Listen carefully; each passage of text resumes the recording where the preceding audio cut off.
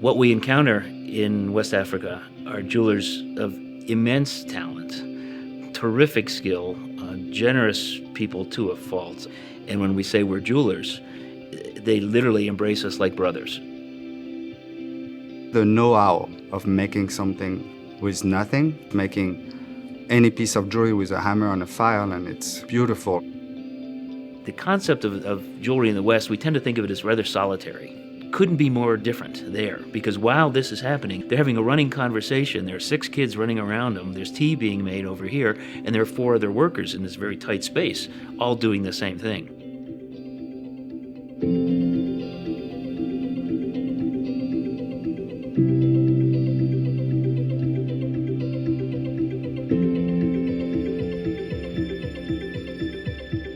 So I'm Mathieu Cheminet. I'm a jeweler, a teacher, and author.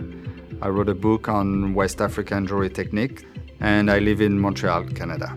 My name is Tim McCreight. I'm a jeweler, teacher, author. Starting as an author, I actually became a publisher, somewhat to my surprise. But in that context, I've had occasion to work with a number of authors, including Mathieu.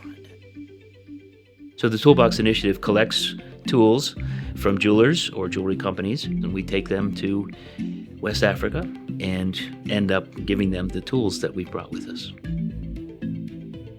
Each time you walk into a workshop, every apprentice or every jeweler, they have a little metal toolbox, and often really rusted, and inside they have all their little treasure. They could have like 2 pliers and 1 file and a couple beads or a couple stones, and always locked with a lock, so it's their toolbox.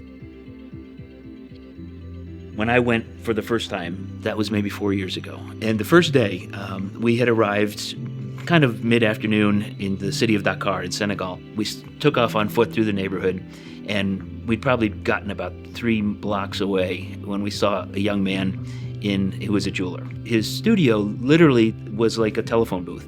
And we have a block of wood for soldering on, and I think a hammer and a file. So we kind of said, stay put, hold on. Ran back to the apartment and loaded up some bags with tools. And we said, here are these tools. Here are these tools for you. He was just sort of blank, you might say, as we were giving him these things. And we said, okay, so that didn't work out quite like we pictured. Went back, happened to talk to our landlady, a local person, and described this situation. I love her phrasing because she said, oh no, she said, he'll be awake 2 or 3 times tonight and he'll go over and touch those tools to see if this really happened. It's really hard for us to imagine going from nothing to something. We quadrupled his professional arsenal right there in 5 minutes. And something that, frankly, these were all giveaway tools. I mean, these were all things that people donated because they didn't need them anymore. And in a way, that was the spark that gave fire to what became the Toolbox initiative. When we went to a town a little bit away from Dakar, it's called Thiès. And we had those little ingot of silver, like 30, 40 grams piece. And we gave one with tools to one young guy. And the next year we came, we went to visit him, and his display case was full of jewelry. And we were like, wow, what happened? And he's like, well, you gave me 30 grams of silver. And we're like, what do you mean? And he's like, well, I made pieces, I sold them, I reinvested it, I sold them. And all of a sudden he had a full display case.